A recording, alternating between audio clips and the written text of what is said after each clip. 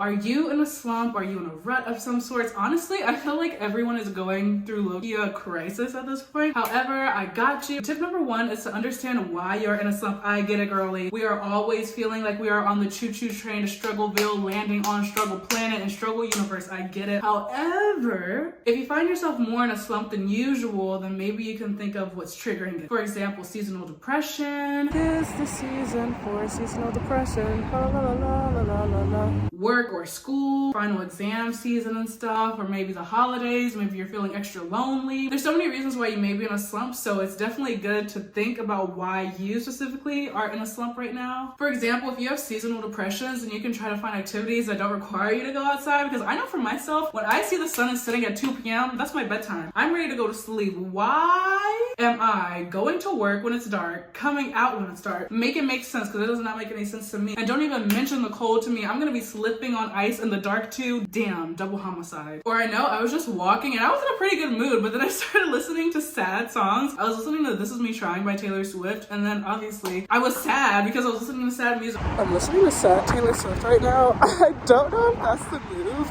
because honestly, now I'm sad. If you are one of the type of people who listens to sad music when they're sad, stop. I'm gonna need you to pause and think that over, because the thing is, when we're listening to sad music, it's gonna make you sad. It's not gonna make you happy. You're either gonna be the same amount of sad you were, or you're gonna be even more sad. So listen to happy songs. I know it can be hard to want to listen to something, yeah, life is amazing, life is sunshine and rainbows, blah blah blah, when you are in the worst mood ever. But just try it.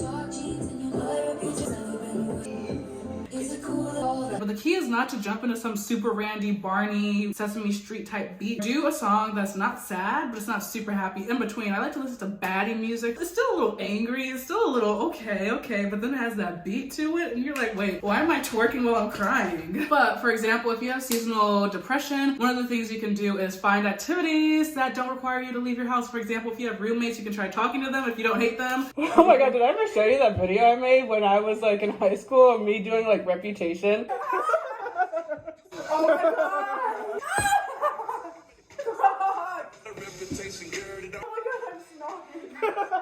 Oh my god, go back again, you can see it again. I would subscribe. Why was I showing my feet for free? Honestly, that is an epidemic that we need to talk about. Why do so many people hate their roommates? Why can't people just be able to live together and cohabitat? Why are there so many issues? Why do we have such distinct living styles? Why are we not listening to the line by Frank Ocean? I wish we grew up on the same advice. I mean, luckily I get along with my roommates super well, so it's all good. However, the horror stories I hear, I remember this one girl was telling me how this girl, she was about to do some blood ritual type shit. Or think about holiday specific activities, so maybe sledding, snowball fights. I'm thinking snow because it's winter right now. Or, you know what the real highlight of the holiday season is? The Pillsbury cookies. That Pillsbury doughboy, take all my money. The second I make eye contact with him, he has me in a chokehold. His little muffin dough hands, they're around my throat.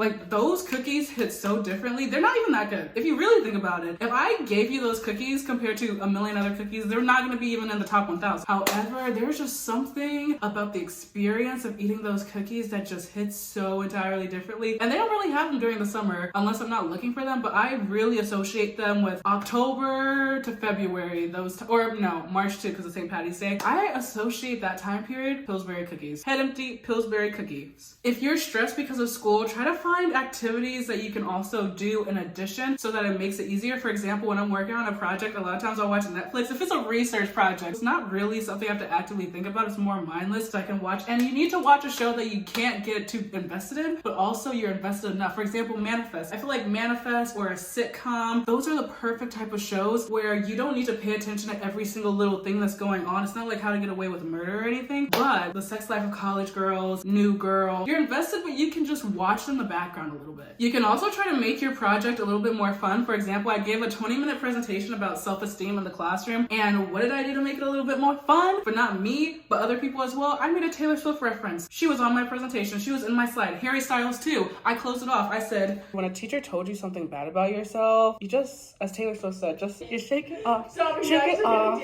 And then at the end, as Harry Styles says, as it was. You know it's not the same as it was. We can be the change we want to see. Because why? Things are not the same as it was. You know how many people gave me a 10 out of 10 because I referenced Harry Styles and Taylor Swift? A good amount of people. If you're someone who gets distracted by their phone, if you're someone who gets distracted by using your phone, put on a time lapse so then you get a lot of stuff done. First of all, it's very satisfying to watch yourself just work, but then you're not able to use your phone because you're doing the time lapse. Also, you could use it for a YouTube video if you ever want to use social media. I got you. I'm thinking about your future self as well. Also, when it comes to school and work, try to put things into perspective. I know it can feel like the end of the world when we're doing an assignment and we're super stressed, especially when you equate your self-esteem. Oh my gosh, why am I quoting my presentation right now? I know it can feel hard when you equate your self-worth to how successful you are academically. However, you have to remember that long term, yes, this is important in the sense that you should do well, etc., but it's not the end all be all. And there are so many other ways, so many things happen in life. Think about it. If you had asked any of us 3 years ago if we were going to be in a Papa John's pizza, all of us would have said, what are you talking about? Are you talking about the 1920s shenanigan? No. Just remember that life can go so many different ways, so try not to be too hard on yourself, and also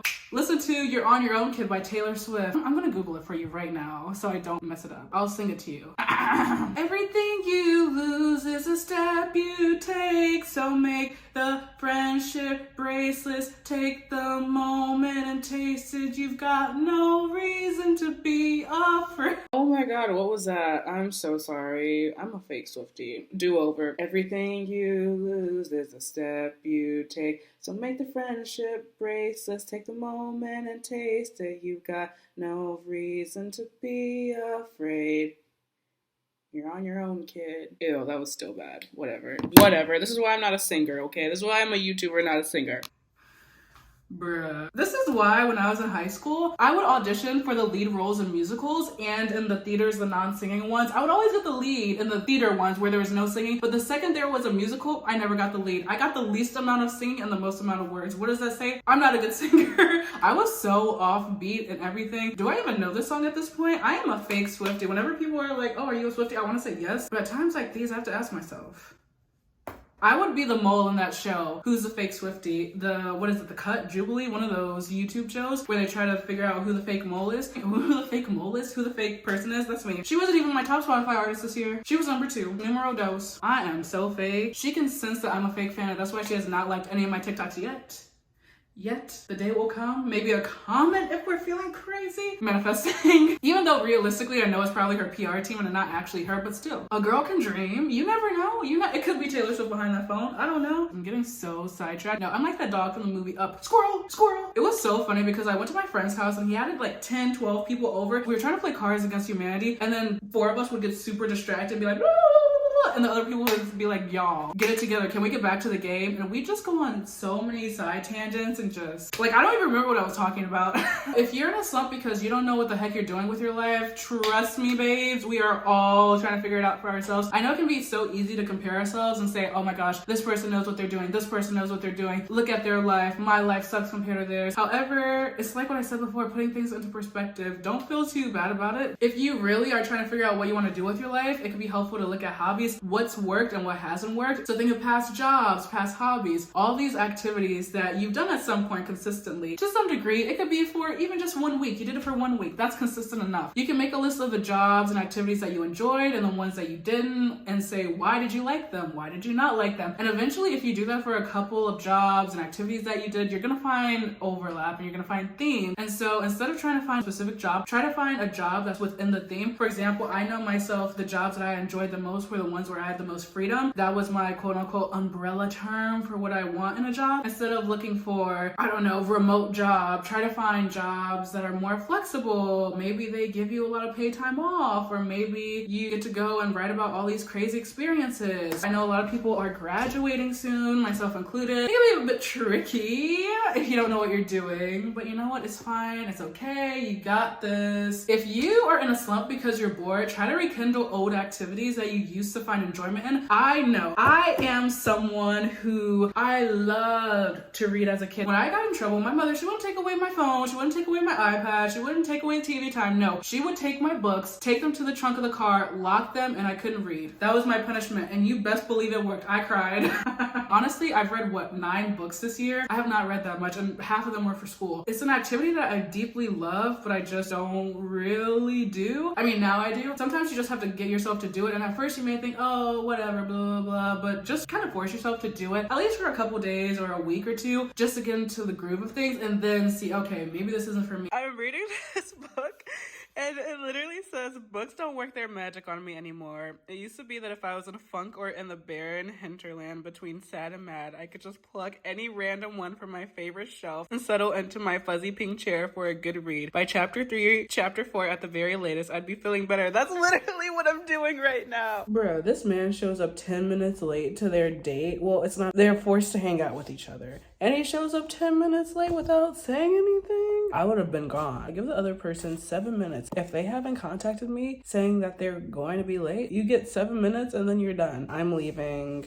Bruh. It's a man. He's reading her favorite book. I can't do this today. Let's say all you read is romance books and you are in a slump. Try reading a thriller, or try reading, I don't want to say a self-help book. Fantasy, that's another one. I'm gonna make some book videos, so if that's something you're interested in. But honestly, you know yourself better than I do, obviously, so try to reflect. Honestly, it can be very overwhelming trying to get back into the groove of things, especially if you have a lot to do. For example, maybe your room is a mess, maybe you need to study for an exam, you need to pay off your car note, you need to do all these things, and it just feels so overwhelming and you don't even know where to begin. Well, if there's one thing I learned from my Harry Styles and Taylor Swift-esque presentation, you need to set SMART goals. That literally was not even in my presentation. I'm such a liar, it is crazy. That was not my presentation, that was a different person's. Essentially, what my presentation mentioned was you need to put in effort and you need to have achievement in order to increase your self-esteem. For example, maybe you need to clean, give yourself 5 minutes. That's all, 5 minutes, and just clean. Clean during that 5 minutes. Once that 5 minutes is up, you don't need to clean ever again for that day. You are done for the day. Maybe you're even done for the week. You don't need to clean. That is it. Or if you're studying for an exam, make 5 flashcards. That's it. Put a fork in me, I'm done. But the key thing is it needs to be easy enough for you to actually do them with ease. You need to be rolling your eyes. Your eyes need to see the back of your brain. You're rolling your eyes so hard because of how easy it is. Because obviously if I told you, oh, clean for an hour,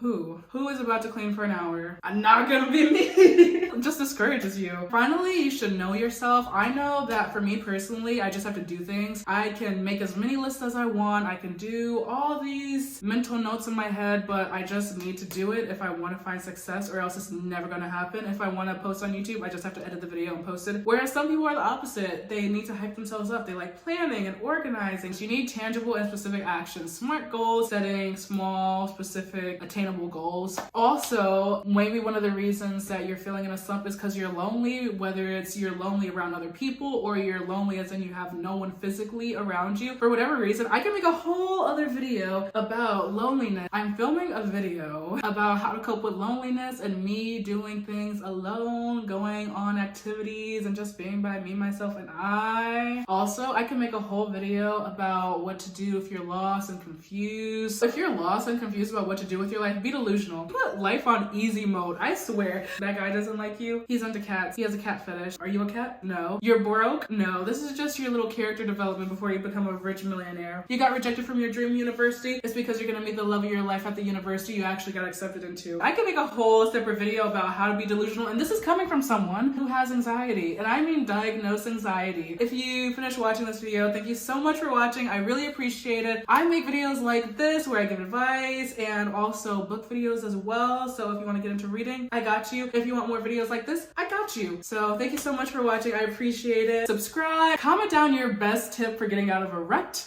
What a productive day. I finished my presentation. Now I'm picking up a book from Facebook Marketplace. Holy smokes. Why would he want to go to a trashy frat house that's gonna be roasting hot, sweaty, Sticky. and full of like teenagers? Did you not listen to Dear John? I know. That's why Z Library needs to come back. Stop. Oh my god. Shut the fuck up. No! Fuck that. Fuck it! I know, but now I'm like, textbooks for next semester? No. Oh god, no, they're so expensive. Get a hobby. Yeah, This is not the right hobby to get. Fuck that shit. I'm the Colleen Hoover fan. I'm the 14-year-old. I got Z Library taken down. Goal: see Harry and Taylor next year. Oh my god, yes. What if I just bought one? Who's gonna stop me? No, it'd be worth going. TSA is gonna be like, why are you here? And it's like, to see Harry. Harry who? Harry who? Harry fucking Styles, bitch. Be like, Priorities Styles. straight. Rip. I look like a poodle. Or like George Washington. Not George Washington. It's like the book was so good until we got to this stupid ending. Just like, we had a good thing going, and then you have to mess it up. I want to go into it knowing I'm either gonna sob or I'm going to be the happiest person I've ever been in my life. No, agreed. I want to know. And I hate it when you read a book and like every single person that's read the book is like, oh, we always wanted this to happen and expected this to happen, and the opposite does. No, you ruined it. It's like when a book is set in high school and they could have just made the characters older. I'm like, why is this set in high school? These could be college students. These could be actual adults. Why are you making them children? I know exactly, because I'll still read like a high school book, but why does it have to be high school? They could still be living at home. Exactly. On Instagram Reels, I found a couple more books that seem really good. Oh my gosh, you have to send them to me. There's this one book that I really been wanting to read forever, and I could not find it on Facebook Marketplace. Daisy Jones and the Six. Oh my god, I literally, after you told me about that one in the summer, I have it still open on a tab in my Safari. Why are books so expensive? Yeah, I don't get that. Whenever I bought that murder mystery book Yeah. last year, I didn't read it. I didn't read it. I brought it home last Christmas and I was like, yeah, I'm gonna read it. My mom saw it was like $20 on the back. She was like, did you pay full price? I was like, I don't want to talk about it. no, I did not. Yes, I did. Yes, I did. No, the book was by Colleen Hoover. The book that I was saying that had like the sad ending. Ooh, It Ends With Us?